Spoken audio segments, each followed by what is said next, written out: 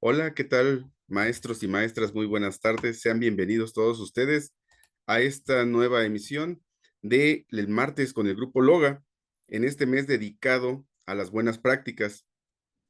La tarde de hoy está dedicada a una charla con los docentes que elaboraron sus buenas prácticas en la categoría de evaluación en el plan 2022. La semana pasada tuvimos la oportunidad de enriquecernos con las docentes que presentaron sus categorías de la semana aprendizajes prioritarios, y hoy vamos a continuar con este mes de las buenas prácticas presentando a tres compañeros maestros que elaboraron y sistematizaron a lo largo de 8 meses su buena práctica respecto a la evaluación en el plan 2022.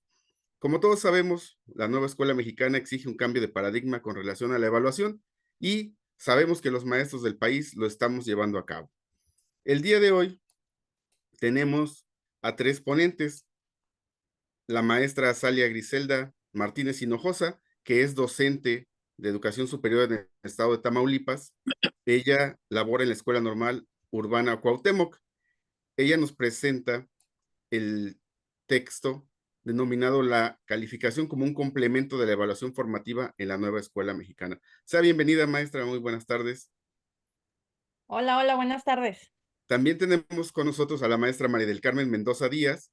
Ella es supervisora de preescolar en el estado de San Luis Potosí. Ella ha fungido como docente de grupo, asesora técnica pedagógica, directora técnica, y actualmente se encuentra en la labor de supervisora escolar. Ella nos presenta el texto El relato pedagógico, instrumento para la evaluación de la práctica a partir del análisis y reflexión. Bienvenida, maestra.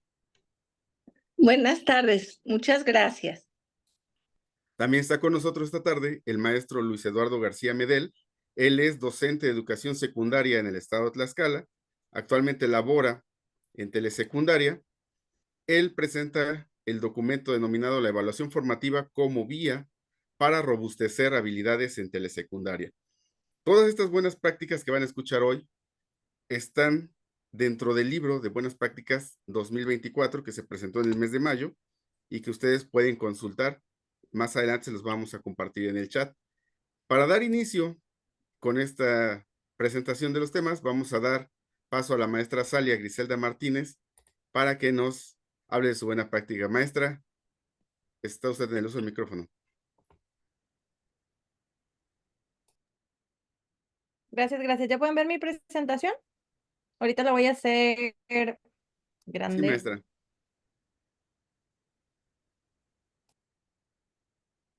Creo que se está cargando. Ahí está. Ya la vemos, ¿verdad? Sí, ya se ve. Sí. Muy bien, hola a todos. Yo soy la maestra Azalia Martínez. Actualmente estoy trabajando en una escuela normal en Tamaulipas, en Nuevo Laredo, Tamaulipas, al norte de México. Y estamos trabajando en las licenciaturas, o lo que ofertamos en nuestra escuela normal es la licenciatura en educación preescolar y la licenciatura en educación primaria. En este trabajo nos vamos a enfocar específicamente a educación primaria. Y bueno, mi buena práctica la titulé La calificación como un complemento de la evaluación formativa en la nueva escuela mexicana. La Escuela Normal Cuauhtémoc, como les comentaba, estamos trabajando ya la evaluación en el plan 2022 con respecto a lo que se está abordando de las metodologías, ¿no? De lo que nos propone la nueva Escuela Mexicana en Educación Superior.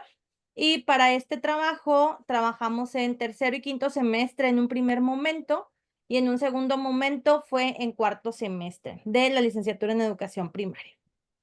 Nuestro objetivo general fue implementar la evaluación formativa junto con sus diversos instrumentos de calificación durante las jornadas de prácticas profesionales de los estudiantes normalistas en escuelas primarias, con el fin de examinar su efectividad en el desempeño docente. Y los objetivos específicos, el primero fue diseñar instrumentos de evaluación alineados con los lineamientos que nos marca la nueva Escuela Mexicana y los principios de la evaluación formativa establecidos en el Plan 2022, para de esta manera medir de manera efectiva el progreso y el aprendizaje de los estudiantes.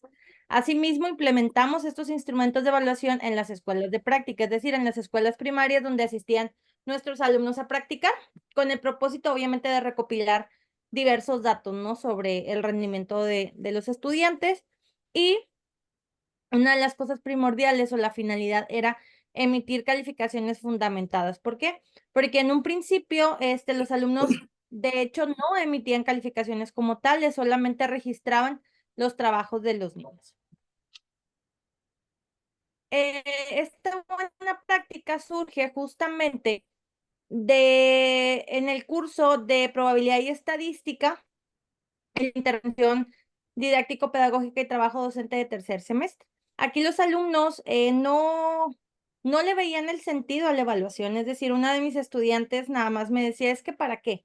No le veo el sentido, maestra, de que usted nos pida instrumentos, instrumentos, instrumentos y al final de cuentas no lo utilizamos, o sea, no le veo el porqué de trabajarlo, ¿no? O sea, ¿por qué nos piden cada planeación un instrumento de evaluación si al final de cuentas solamente lo tengo ahí? No le veo para qué lo utilizo, ¿no? Entonces, por esa razón, lo tomamos para que esta frustración, ¿no? De esta chica no se quedara ahí, ¿no? Sino que trascendiera, ¿no? O sea, que fuera más allá de que ella se diera cuenta de que no nada más es trabajar y ponerle lo hizo o no lo hizo, sino ir más allá de esta parte, ¿no? De lo que es la evaluación formativa, ¿no? Como tal. Entonces, la intención justamente era que los estudiantes normalistas pudieran ver la evaluación no como la única, pero sí como un complemento. Claro, ellos en un principio o las primeras jornadas donde fueron, pues todavía no estaba la nueva escuela mexicana y aunque hablábamos de una evaluación formativa como tal, no se aplicaba.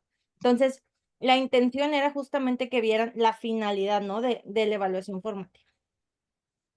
Entonces, había muchas preguntas y sobre todo una de mis alumnas, como les comento, ella no le veía el sentido a la evaluación, o sea, era nada más voy a llenar el registro porque la maestra me lo está pidiendo y de ahí no veíamos el para qué, ¿no? Entonces, de ahí surge justamente esta buena práctica que en un primer momento, si nos fijamos en esta parte o en esta evaluación que ellos hicieron, solamente se enfocaban en las tareas, en los trabajos, en la participación y en la conducta.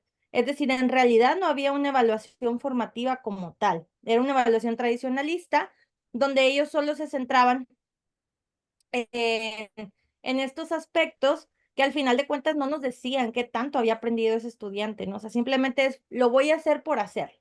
Entonces, la idea justamente no era esa, sino que también justificaran esa evaluación que hacían, pero como lo vemos aquí, nada más se enfocan en lo conductual, en su participación. Por ejemplo, dice, llega tarde a clases, es muy insegura, no asistió a la escuela, no participa en clase, no entrega las tareas, se tarda mucho, es muy platicadora, pero ellos no se enfocaban en este proceso de aprendizaje, no era como que solamente lo conductual, solamente si el alumno lo hace, no lo hace, ¿no? Y al final de cuentas, nos damos cuenta que esta parte ellos no habían comprendido qué era la evaluación formativa. Simplemente voy a evaluar. Y sí, la justificación era, bueno, aquí está, pero no llevábamos la finalidad, ¿no? de la evaluación. Y este fue en un primer momento que fue el primer acercamiento a esta parte de que el alumno emitiera una calificación.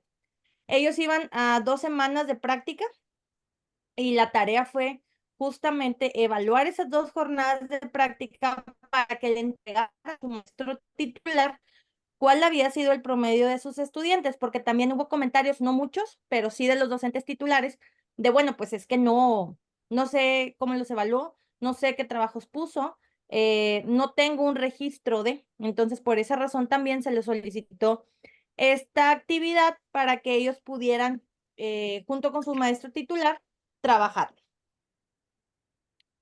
En un segundo momento, ya en cuarto semestre, que solo se dio el seguimiento a los alumnos de tercero, porque los de quinto de probabilidad y estadística ya no me los asignaron. Entonces continuamos con cuarto semestre. Entonces en cuarto semestre hicimos un análisis profundo de los documentos rectores, que yo considero que es de gran relevancia que el alumno tenga y conozca la fundamentación teórica de la evaluación formativa, porque muchas veces nada más lo decimos, ¿no? Es que es la evaluación formativa, sí, pero ¿en qué consiste? ¿Cómo se hace? ¿Qué instrumentos tengo que utilizar? ¿De qué manera lo tengo que configurar? Y uno de ellos, el que utilizamos, fue la escalera de la retroalimentación. Y los estudiantes retroalimentaron, aunque sí tuvimos ahí algunos inconvenientes que no querían que se rayaran los cuadernos, que a los papás no les gustaba esta parte de escribir, pero los chicos de todas maneras buscaron una alternativa, entonces lo que hacían eran post-its, anotaban, ¿no? Al niño le anotaban cuáles eran las recomendaciones en cuanto a la retroalimentación para su trabajo. De igual manera, hicimos un análisis de este documento que habla de la evaluación formativa, que es un reto pedagógico, y ellos, algo que les llamó mucho la atención fue el timing pedagógico, es decir, cuando hacemos una pausa para poder decir, ¿cómo vamos? O sea, ¿qué estamos haciendo? Y a lo mejor lo hacíamos, y yo me considero que sí lo hacemos, pero no le teníamos un nombre, ni veíamos la relevancia de que era esta parte, ¿no? De la evaluación formativa.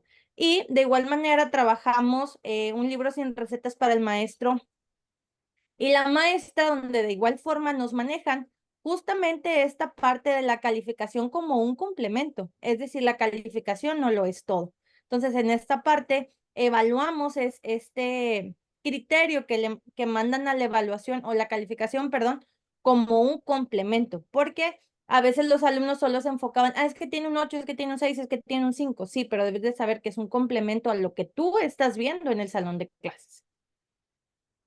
Y después, ya posterior al análisis que hicimos de estos documentos, los chicos ahora sí vemos un cambio con respecto a lo que ellos están trabajando. Podemos ver aquí en esta primera imagen que hice bien, pero faltó escribir el proceso del experimento. Ya no se enfocó en decir, solo lo hiciste tarde, no me lo entregaste, llegaste tarde, sino que ya se estaba enfocando en el proceso como tal. También aquí dice, podrías estudiar las sílabas en casa, al igual que mejorar la escritura, tú puedes. Entonces, nos damos cuenta que en esta parte el estudiante, era lo que les comentaba, que lo escribieron en post-its, porque algunos maestros no querían y porque los padres se habían quejado, a lo mejor no en ese momento, ¿verdad? Pero sí lo habían hecho, de que no escribieran en los cuadernos. Entonces, los chicos de alguna forma buscaron la estrategia, ¿no? Entonces, en esta parte diseñamos instrumentos de la coevaluación, la heteroevaluación y la autoevaluación para el cuarto semestre de estrategias de trabajo docente y saberes pedagógicos. Y aquí vemos en esta parte del campo formativo de saberes y pensamiento científico que los alumnos ya modificaron sus criterios de evaluación. Ahora habla de que explica la reproducción de los animales, describe las interacciones que hay entre ellos, indaga el tipo de desarrollo, comprende y participa activamente. Entonces, ya hicimos un cambio entre lo que ellos pensaban que era la evaluación, que solo era la conducta y era la participación. Entonces, ya se enfocan ahora sí como tal en el proceso de aprendizaje, ¿no? Que los niños tenían. Entonces, vemos que hubo un cambio significativo en ellos con respecto a la primera vez que tuvieron este acercamiento a emitir una calificación como tal.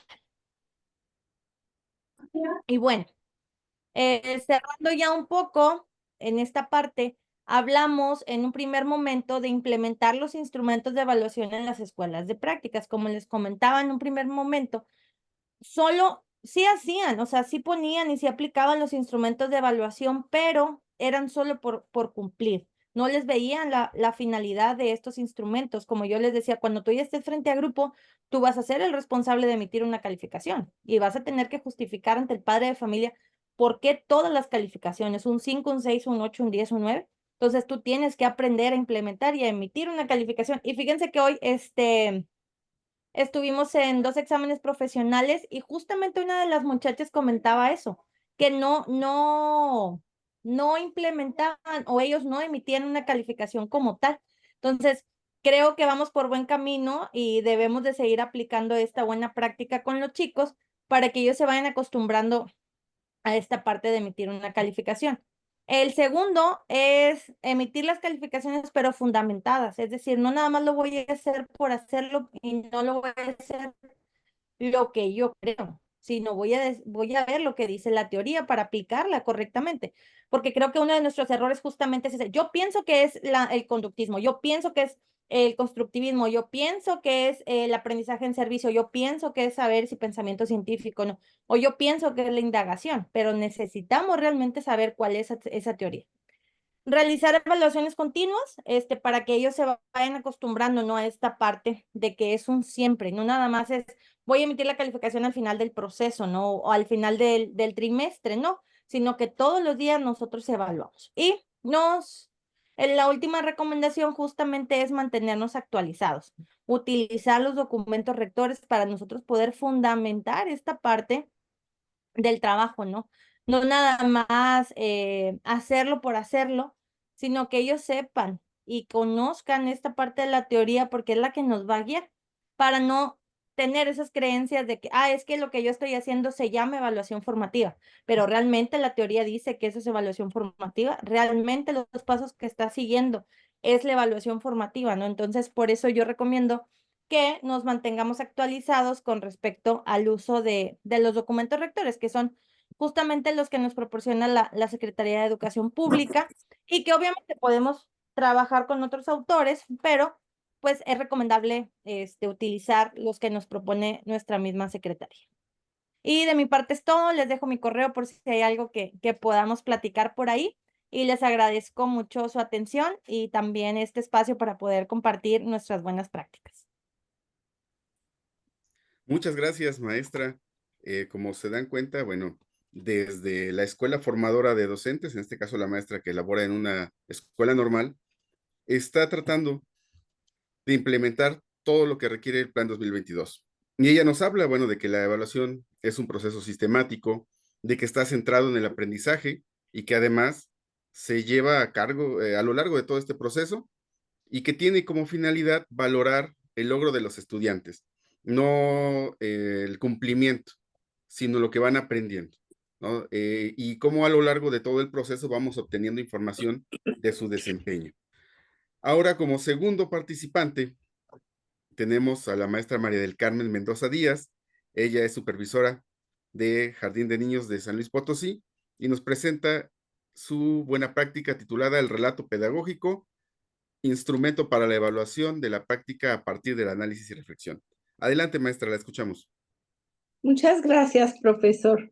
Bueno, mi buena práctica tiene mucho que ver con el acompañamiento que se realiza desde la supervisión, tanto a directivos como a educadoras a mi cargo.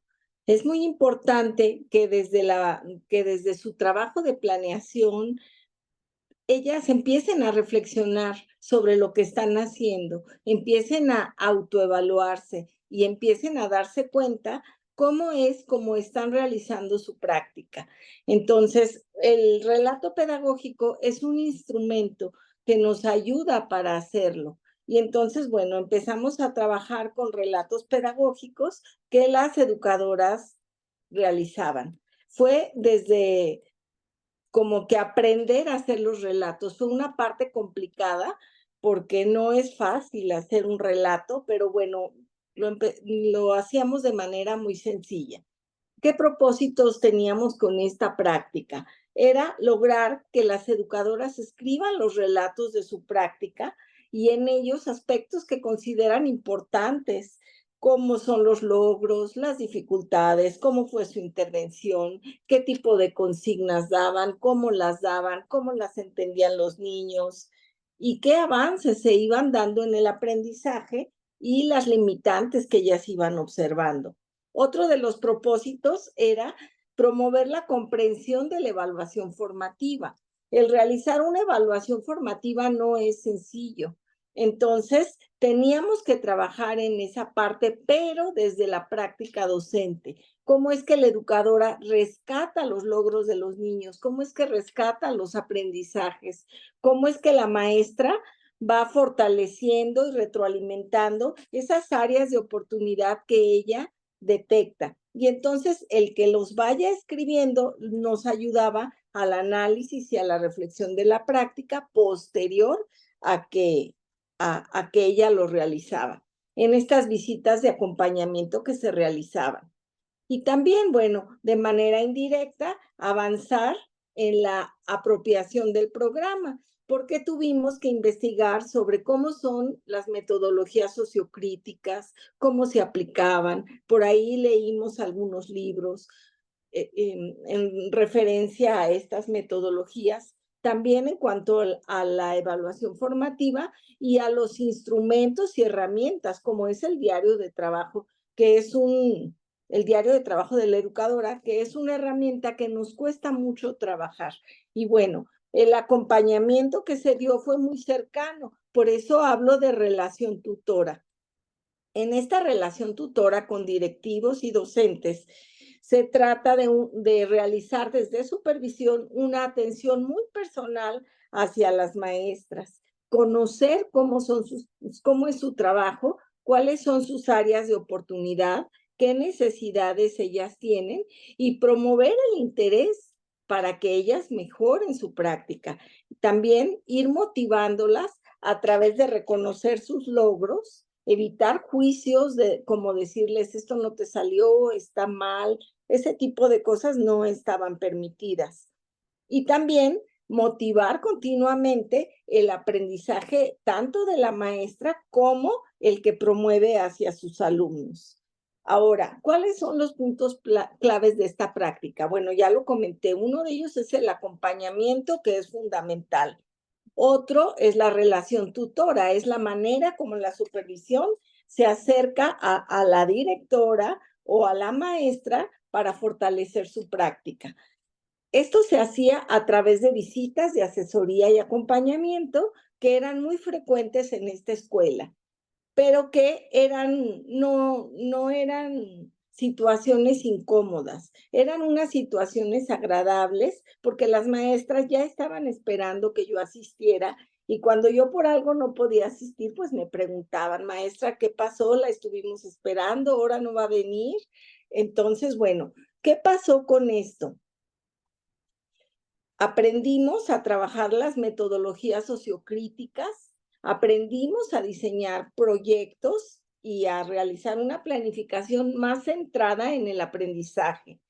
También aprendí de manera muy personal a realizar un acompañamiento cercano, tanto a directivos como a docentes. Y digo aprendí porque cada día estamos aprendiendo a hacerlo.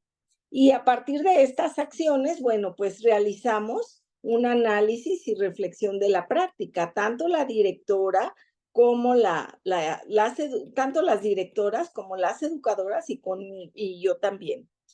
¿Qué cambios se observaron en estas prácticas? Pues una cosa que observé fue una mirada positiva hacia la supervisión escolar. Una mirada como de una compañera más a quien puedo recurrir y a quien puedo pedir ayuda. Eso fue algo que observé. También una mejora en la seguridad y en la autoestima del directivo y de las docentes que participaron en este trabajo. Con esta parte se fortaleció el liderazgo directivo. Se nota un cambio grande en las directoras al inicio de este trabajo y al final. También, bueno, avanzamos muchísimo en la apropiación del programa de la nueva escuela mexicana, la implementación de metodologías sociocríticas y el uso de las herramientas docentes en torno a la evaluación formativa. ¿Qué puedo yo recomendar a mis colegas supervisoras que quieran realizar este trabajo o a mis compañeras directoras o mis compañeras educadoras? Bueno, es muy importante establecer un clima de confianza con los docentes, con los directivos, en el que la empatía, el respeto, la comprensión siempre estén presentes. Como ya lo mencioné hace un ratito, en todo momento resaltar los logros y en ningún momento y en ninguna ocasión emitir juicios de valor que puedan lastimar o etiquetar a las personas. Establecer una relación tutora personal con docentes y directivos, ayudándolas en la investigación de temas, el análisis, la reflexión, la explicación de todos aquellos puntos que sean necesarios. Y también participando con ellas en cuanto a la evaluación formativa, sacando de sus relatos algunos criterios que nos ayudaran a observar los avances de los niños, las dificultades, los logros también, y también la participación docente en torno sobre todo a consignas, a seguimiento, a retroalimentación que la docente iba dando y qué aspectos de esos podíamos ir mejorando. La retroalimentación que yo brindaba a las maestras, y es la misma que ellas brindan a los niños, tiene que ver con estar cercanos y estar, por ejemplo, yo con las maestras y directoras, establecer acuerdos y compromisos de manera continua y dar seguimiento al cumplimiento de los mismos. Y con los niños, ellas ayudando a que fuera su participación mejorando, a que ellos tuvieran más seguridad, a que se expresaran y todo esto, bueno, se hace en el día a día. Por ahí yo tengo evidencias de este trabajo que fue muy enriquecedor y que nos ayudó a avanzar tanto en la apropiación de la metodología de la nueva escuela mexicana como en la evaluación formativa. Estamos tratando en la zona, a partir de fin de ciclo, de hacer relatos de las prácticas que tuvieron, porque tenemos la intención de hacer algún documento, un libro o algo para poderlo publicar y que estas prácticas lleguen a más personas. Ya tenemos varias narrativas y eso pues tenemos que trabajar con ellas, pero esa es la intención que tenemos. Por mi parte es todo. Agradezco mucho la atención y estoy a sus órdenes para cualquier pregunta, comentario, duda o cualquier cosa que yo pueda ayudar. Muchas gracias, maestro Edén. Maestra María del Carmen, muchas gracias. Como se podrán dar cuenta, la apropiación del programa de estudios 2022 se hace desde toda la estructura y la relevancia que tiene el apoyo de la supervisión, que es lo que nos acaba de narrar la maestra María de los Ángeles, como desde su función de supervisora brindó acompañamiento a las escuelas, a los docentes, además les brindó instrumentos para que pudieran ellos llevar a cabo una mejor evaluación, acercarse a la evaluación formativa, además también les brindó bibliografía para que ellos pudieran acercarse, ¿no? Es importante porque también ayuda a los docentes a tener claro cuál es el rol que cada uno va a desempeñar respecto a la evaluación formativa.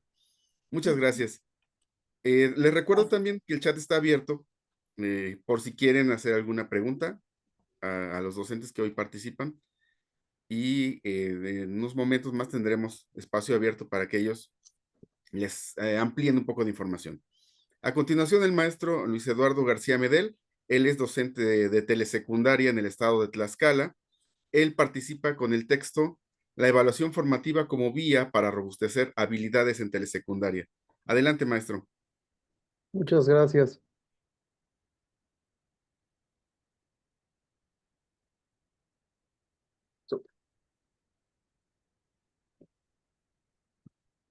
Bien, agradezco a todos la asistencia. Voy a comenzar con la parte de la evaluación formativa y cómo es que la evaluación formativa robustece la práctica docente desde la mirada de telesecundaria, pero no solo es para telesecundaria, sino que la propuesta va del marco de la nueva escuela mexicana y cómo es que funciona dentro de la nueva escuela mexicana. Para esto les doy un poco sobre el contexto y pues trabajé con estudiantes de tercer grado de telesecundaria en una zona semiurbana en Tlaxcala durante el ciclo escolar 2023-2024. ¿En qué consistió esto? Bueno, básicamente la evaluación se enfocó hacia la metodología de telesecundaria y generalizando una investigación a partir de la problematización. Durante la nueva escuela mexicana, la problematización se vuelve un punto focal de partida para poder comenzar la práctica. Es decir, que las y los estudiantes se den cuenta que existe un problema y que no tienen todas las respuestas para que entonces parta la investigación. La evaluación formativa no se centra solamente en los productos, sino también durante todo el proceso.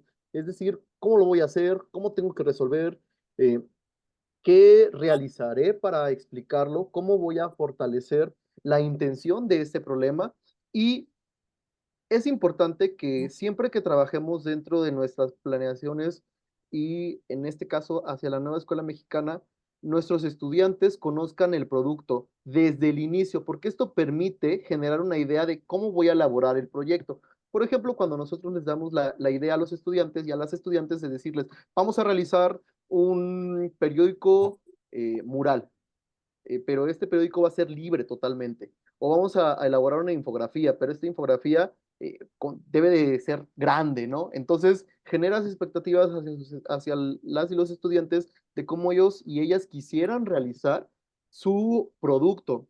Entonces, ya tienen una idea más cercana hacia cómo el proyecto va a realizarse. No solamente se va a enfocar en quiero que hagan un periódico mural y lo quiero con estas características y etcétera, etcétera, y debe de ser con estos colores, porque no estamos trabajando bajo algo que sea estandarizado, sino que dentro de la nueva escuela mexicana les estamos dando la oportunidad a nuestros estudiantes que ellos y ellas realicen de acuerdo a sus posibilidades, a su realidad y hacia las habilidades que desarrollan más allá de cómo el docente les resuelve la vida a los estudiantes académicamente hablando. Para esto, las habilidades que se desarrollan no solamente van hacia la parte de los estudiantes, sino también hacia las habilidades docentes, ya que el docente tiene que investigar primero, tiene que preparar el material inicialmente, no puede llegar y con este plan de estudio en cero, no puede llegar con la intención de pues hoy no voy a perder el tiempo o abran el libro en la página 14, en la página 15. Este ciclo escolar en telesecundaria, así como en preescolar, fueron los únicos niveles que no contaron con un libro ya generado sobre la nueva escuela mexicana, sino será hasta el ciclo siguiente. Por lo tanto, nosotros teníamos que trabajar a partir de las habilidades docentes y teníamos que valernos de diferentes productos o diferentes herramientas digitales prioritariamente para poder trabajar en nuestras aulas con nuestros estudiantes, quienes también desarrollaron las habilidades no solamente específicamente del producto, sino cómo lo voy a hacer. Por ejemplo, cuando en mi caso yo les pedí a mis estudiantes que trabajáramos la noticia y les dije, pero no quiero que escriban una noticia como tal, van a hacerla, pero el producto entregable no es una noticia, sino más bien es con la inteligencia artificial generar un video con las ideas de la noticia y a partir de eso ustedes puedan darse cuenta cómo es que genera un guión la inteligencia artificial. Entonces, no solo desarrollo la habilidad o el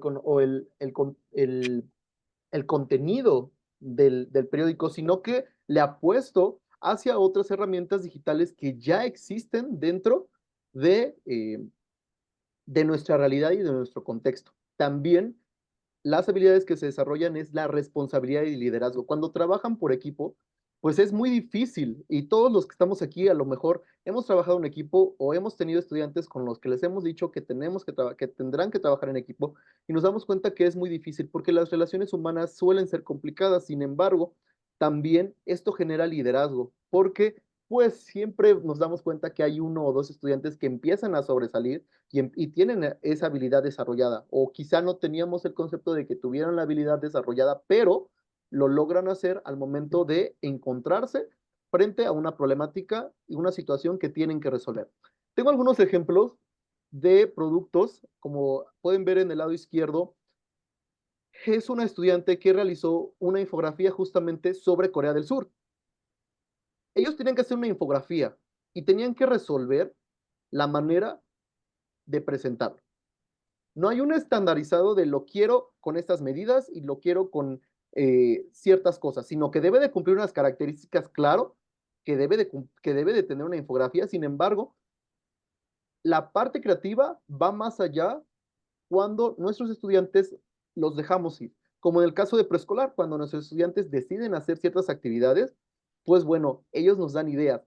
Luego, si me voy a la parte derecha inferior, puedo encontrar un producto de unos estudiantes que tenían que hacer una lámina de exposición y entonces ellas dijeron, ¿cuál es la posibilidad de que cambiemos el producto de la lámina y que sea más bien un entregable más, más visible, más interactivo con nuestros compañeros? Entonces ellos realizaron una especie de separadores con los dioses griegos porque el tema del del proyecto que estábamos trabajando ahí era la antigua Grecia y recolocaron información dentro de una caja, incluso hasta se dieron todavía ellas el lujo de colocarle poquitos alrededor para poderlo realizar y colocaron unos separadores que les entregaron a sus compañeros donde, bueno, ¿qué dios te gustó más de la mitología que vimos? Entonces les fueron regalando este tipo de separadores. Todo lo que han realizado o lo que realizaron durante el ciclo escolar, durante este periodo lectivo, mis estudiantes, fue hecho a mano en cuanto a productos tangibles, ¿ok? Finalmente aparecía la presentación de nuestro producto, donde los estudiantes presentaban a otros grados lo que hicieron. Es decir, no solamente les explicaban el contenido en sí,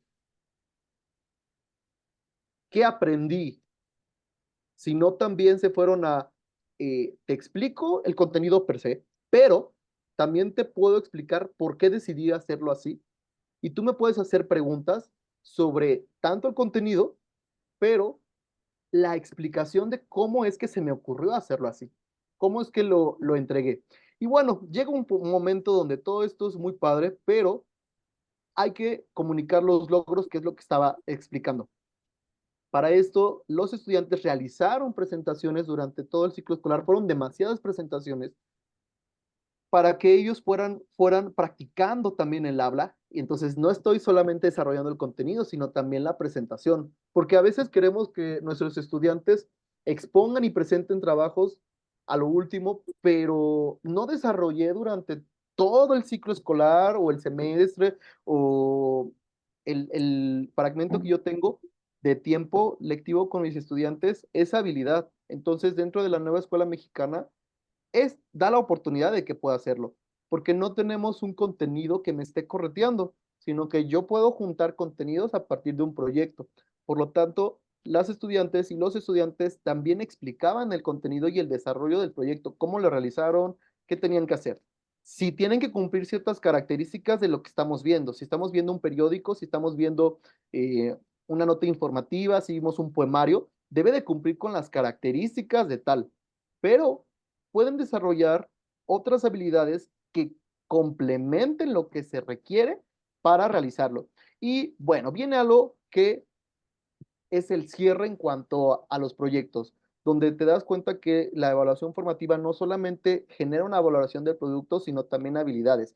Para eso se usaron escalas y rúbricas para autoevaluarse, coevaluarse y también heteroevaluarse en el caso de los docentes. Y las presentaciones también generan más habilidades comunicativas y de organización de ideas y del mismo evento. Ahora, ¿cómo es que realizaba las rúbricas? Porque es muy cansado realizar rúbricas. Es muy agotador. Bueno, para esto yo implementé durante el ciclo escolar inteligencia artificial. Y les voy a decir cómo es que funcionaba. Para eso utilizaba Gemini o utilizaba Magic School.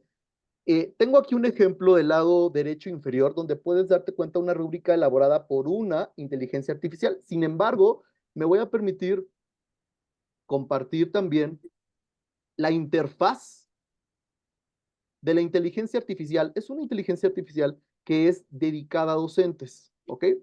Entonces, está súper padre, se las voy a mostrar ahora mismo. Se llama Magic School. ¿Y cómo funciona esto? Bueno, como te puedes dar cuenta, aparece ciertas cosas que nos funcionarían a nosotros como docentes dentro de nuestro trabajo de aula. Es muy pesado que nosotros estemos generando trabajo doble y llevándonos más trabajo a casa. Para eso la inteligencia artificial está, para que nosotros la utilicemos de manera adecuada e inteligente para poderlo lograr. Entonces, dentro de esta interfaz de Magic School, bueno, además de que puedes encontrar videos, opciones para que la inteligencia te genere preguntas de videos, te dé ideas de planeaciones, etcétera. También hay un generador de rúbricas, como aparece de este lado derecho, donde ya le he colocado una estrella. Y si yo me voy a la interfaz dentro del generador de rúbricas, este generador de rúbricas no solamente va hacia mi lado, ya está colocado hacia el grado en que yo trabajé, que fue noveno grado en un caso en un sistema americano. Sin embargo, tengo la opción de kindergarten, que es para preescolar, también para todos los años de primaria y los de bachillerato incluso. También me está dando universidad y los años de universidad. Entonces, Magic School es una cosa genial. Te dice de cuánto quieres la escala. Tú le das a la inteligencia artificial, pues, el objetivo de esta rúbrica, el argumento para que entienda mejor de qué se trató este proyecto. Obviamente lo puedes poner en español, aunque aparezca ahí en inglés, lo puedes poner en español y la inteligencia artificial lo va a generar en español como tú lo has colocado y te dará una rúbrica. Estas rúbricas son más personalizadas porque tú le estás contando a la inteligencia artificial cómo las quieres, para qué grado es, y entiende la inteligencia artificial que no todos los grados se trabajan de la misma manera. Por lo tanto, te va más acercado hacia tu proyecto, es más hacia tu realidad porque les describes en la inteligencia artificial a los estudiantes y entiende cómo es que son, y de esta manera también pues ahorras tiempos y, y básicamente desarrollas tanto profesionalmente otras habilidades. Entonces, la nueva escuela mexicana no es muy cerrada, la nueva escuela mexicana no es estandarizada, sino que va hacia la parte humana. Es decir, vamos a hacer un producto, sí lo vamos a hacer, pero este producto tiene un proceso. Entonces, si yo ya sé que voy a hacer un poemario, entonces las actividades que voy a realizar durante mi tiempo, la temporalidad que yo elegí, deben de ser acorde para lograr el poemario. Simplemente lo voy a armar y listo.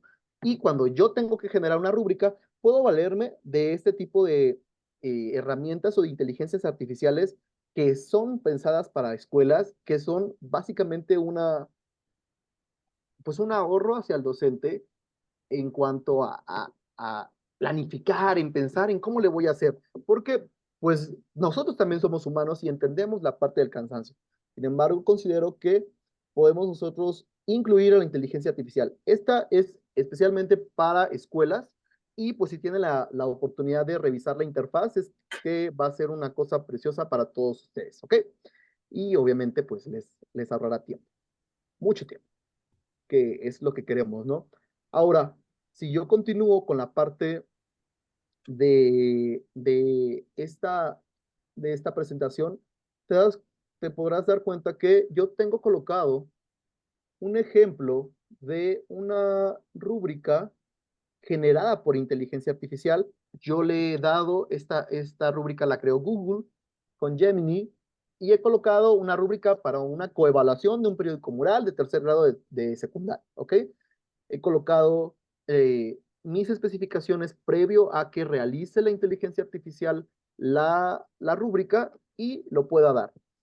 Entonces me está colocando ahí y también dejé dentro de la misma imagen una opción superior donde dice mostrar versiones. La inteligencia artificial de Gemini permite darte otras versiones. Si esa rúbrica cree como que no quedó bien, te da una versión 2 y una versión 3. Entonces, eso es padre e incluso te la exporta a Excel o bien la puedes copiar literalmente, la copias, seleccionándola, la colocas en un procesador de texto y la puedes editar para tu gusto, ¿ok? O para tus propias necesidades y realidad. Ahora, sobre las presentaciones finales. Cuando los estudiantes ya sabían lo que iban a trabajar, ya se habían coevaluado, ya habían tenido la parte de evaluación, pues viene la parte de los diálogos, ¿no? ¿qué fue lo que nosotros realizamos durante el ciclo escolar? ¿Qué nos gustó? ¿Cuál fue el proyecto más difícil? ¿Cuál fue el proyecto más retador? ¿Cómo es que tuvimos que trabajar? ¿Cómo juntamos demasiados proyectos? De verdad que fue insuficiente el espacio que yo tuve en mi salón, que tuve que invadir otro lugar para colocar mis productos. Todos mis estudiantes, o los productos de ellos y ellas más bien, todos mis estudiantes tenían sus productos desde que comenzó el ciclo escolar, que fue en septiembre, donde se realizó el primer producto, hasta finalizar. Ahora, les tengo que explicar un poco sobre cómo se trabaja en telesecundaria. En telesecundaria se trabajan con proyectos académicos y proyectos parciales de aula para generar un proyecto integrador comunitario. Cada cierto tiempo, aproximadamente 5 o 6 días, se trabajan, o 10 días en el caso de lenguajes y de saberes, se trabaja un producto. Durante estos 10 días yo tengo que trabajar contenido durante 1 hora y media, dependiendo de cada campo formativo, y también avanzar este producto, este proyecto del proyecto académico. Entonces, cuando yo tengo mis 3 proyectos académicos, que son 3 productos, ya puedo realizar una presentación. Pero es una presentación hacia ellos mismos, hacia otros estudiantes de la propia escuela, o hacia mí mismo, ¿no? Incluso, pues ahora me presentan solo a mí. La intención es que se refuercen lo aprendido, y pues también exista la parte de preguntas y respuestas, y la retroalimentación, mis mejoras, que creo que pudieras cambiar, ya no tan estandarizado en una rúbrica, sino a partir de la habilidad propia del docente. Puedes cambiar esto, o sabes que quizá cuando estás explicando no te estás moviendo bien, o empieza a utilizar las manos, o capta la atención de tus compañeros, o mejora un poco la voz, etcétera, etcétera, con la intención de que las y los estudiantes mejoren también la habilidad oral. Es muy necesario, desde mi punto de vista y mi perspectiva hacia mis propios estudiantes, que tengan dominio de la parte oral, que sepan lo que están diciendo cuando están presentando, y que básicamente no sea solamente envolver a las personas. ¿Ok? Ahora, les muestro unas imágenes de la presentación que tuvimos dentro de la escuela la semana pasada, donde hicimos el mismo ejercicio. Tenemos padres de familia, madres de familia sentados y sentadas, y sus hijos e hijas están presentando todo lo que hicieron.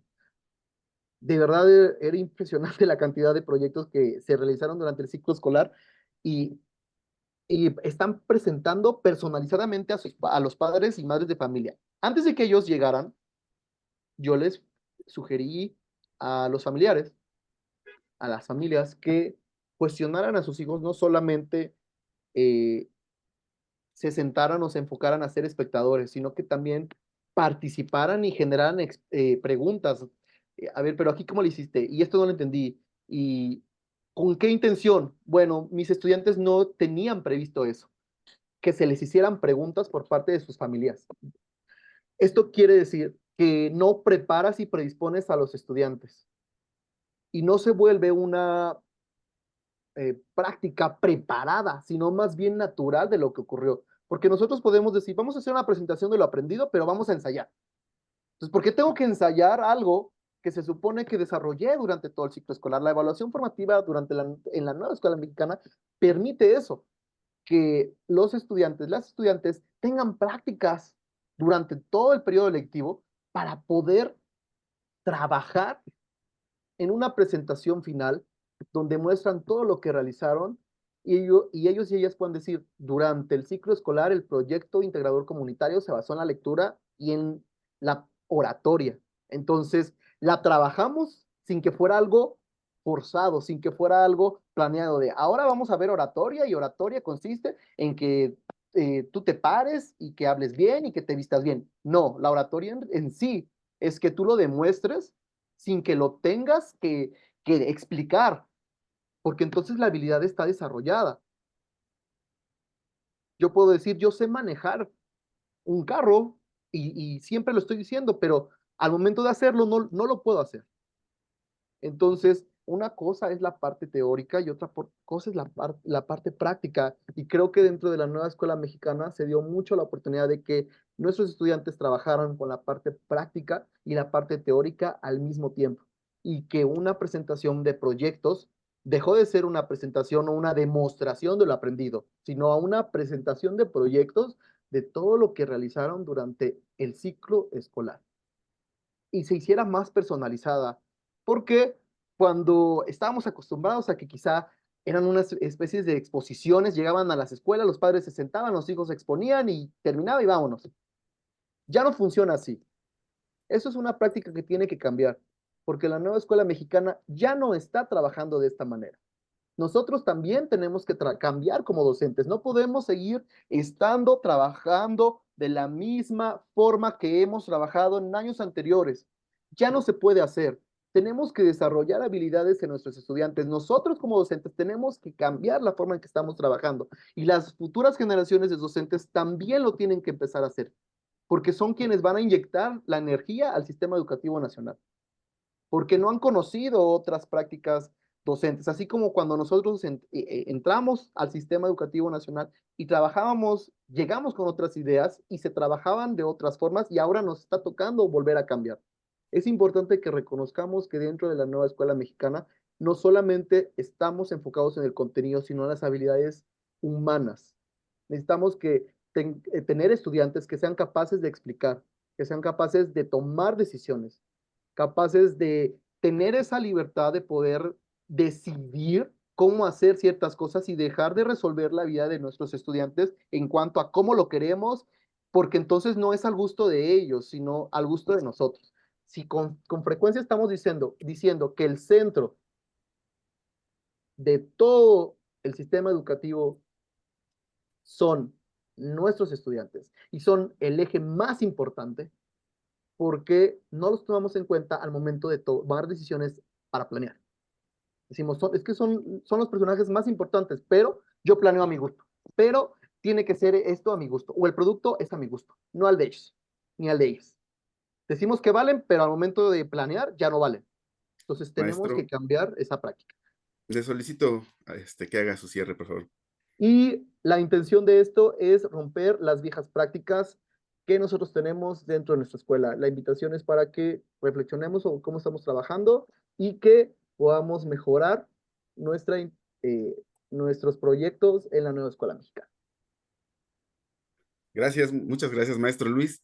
Creo que hemos escuchado esta tarde 3 excelentes prácticas respecto a la evaluación formativa en esto que ahora tenemos que manejar y como bien lo dice el maestro Luis, no vamos a evaluar como antes, no tenemos que romper con esa barrera, ese muro de la evaluación tradicional y cambiar el rol del docente, ¿no? Ya el docente no es, como dice el maestro Luis, no llega y nada más improvisa, sino que el rol del docente en la evaluación formativa parte de un proceso que es planear, realizar y valorar.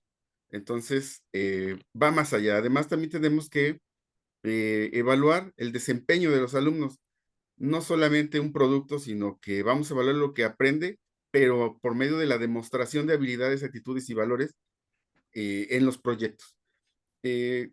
Quisiera reconocer a la maestra Azalia, a la maestra María de los Ángeles y al maestro Luis, que participaron y sistematizaron estas prácticas que ustedes acaban de escuchar a lo largo de 8 meses y concluyeron ahora en mayo en el cuarto Foro Nacional de Visibilización de Buenas Prácticas. Ustedes pueden tener acceso a estos documentos en el libro digital que está a la mano de todos. Y bueno, no sé, a mí me han parecido excelentes las explicaciones que nos han dado. Ya había tenido la oportunidad de escuchar sus ponencias y la verdad es que me apasiona, me llega toda esta reflexión que ustedes hacen desde cada una de las funciones que uno realiza, ¿no? Entonces, maestra Salia, no sé si quiere hacer algún comentario de cierre. Pues yo creo que ahorita que escuché también al maestro Luis y a la maestra María del Carmen, yo creo que todos tenemos algo que qué modificar, ¿no? Para mejorar nuestra práctica, ¿no? Desde la narrativa de la maestra y los relatos pedagógicos que hacemos, desde la inteligencia artificial, ¿no? Esta parte de decir, bueno, vamos ahora, sí construye tú el instrumento de evaluación, pero ve y cotéjalo a ver qué nos aporta, ¿no? La inteligencia artificial y los dos podemos mejorar, ¿no? Esta parte de los instrumentos de evaluación. Entonces, yo creo que todos nos complementamos, ¿no? Esta parte del uso de la evaluación, ¿no? Como parte del trabajo que vamos a hacer desde la nueva escuela mexicana y pues los invitamos a mejorar, ¿no? Aunque sabemos que es un trabajo exhaustivo y requiere más de nuestro desempeño, pero creo que es lo que hoy en día requieren nuestros estudiantes, ¿no? Ya no son los mismos estudiantes que cuando nosotros estábamos estudiando, entonces hay que irnos encaminando, ¿no? A esas nuevas necesidades de nuestros chicos. Así es, maestra, la necesidad que tenemos de rehacernos, ¿no? Y de rehacer nuestra práctica docente. Maestra María del Carmen, un comentario final. Muchas gracias, maestro. Mire, yo confío mucho en todos los maestros. Yo sé que en mayor o menor grado, cada día están intentando hacer su trabajo de la mejor manera. Y ahí es donde cobra sentido que el personal directivo, ya sea de dirección o de supervisión, estemos cercanos a ellos para poderlos ayudar, impulsar, motivar. Y la otra parte es invitar a más maestros a que den sistematización a sus buenas prácticas. Yo pienso que todos los maestros tenemos buenas prácticas. Es cuestión de sistematizarlas y de publicarlas y de ir dándoles forma a fin de trascender, a fin de que estas prácticas que pueden realizarse en un aula, en una escuela, en una supervisión, puedan llegar a más maestros y puedan servir como herramienta para todos quienes quieran utilizarlas. Y pues muchas gracias por su atención a todos. Gracias, maestro. Así es, muchas gracias por la invitación. Creo que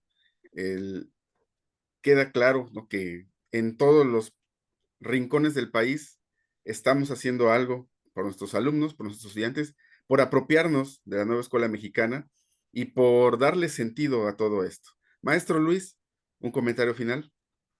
Pues básicamente eso, que nosotros podamos reflexionar sobre nuestra propia práctica, lo que tenemos que mejorar y estar siempre abierto a esa retroalimentación entre colegas.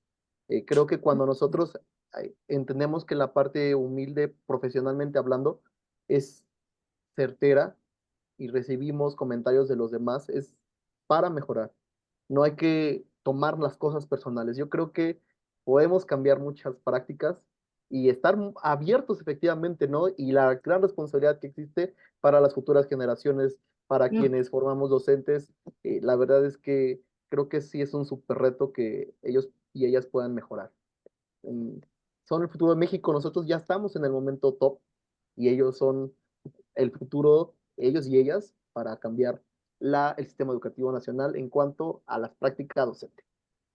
Así es, maestro. Bueno, pues nuevamente los felicito por su gran trabajo, por su labor. Y antes de concluir con esta tan enriquecedora tarde, quisiera yo recordarles que pronto se va a publicar también la convocatoria para participar en el quinto Foro Nacional para los maestros que están aquí con nosotros y que están interesados en sistematizar sus prácticas. Bueno, pronto por ahí van a tener noticias. En este año tenemos textos sobre programas analíticos, proyectos relacionados con campos formativos, transversalidad, la evaluación, el involucramiento de la familia. También tenemos sobre la preparación de los espacios para el trabajo por proyectos, sobre el uso de la inteligencia artificial, que fue un tema que acaba de tocar también el maestro Luis, sobre aprendizajes prioritarios y atención al rezago en los aprendizajes. Por ahí vi que en el chat ya les compartieron el libro digital y nos hacen ahí la nota de que la convocatoria es a partir del mes de agosto, entonces estar pendientes para que se inicie con el proceso de sistematización. Maestros, esto fue martes con el Grupo Loga, con el tema de la evaluación en el Plan 2022. Agradezco mucho su atención y estamos con ustedes la próxima semana. Muchas gracias. Hasta luego. Hasta luego. Gracias.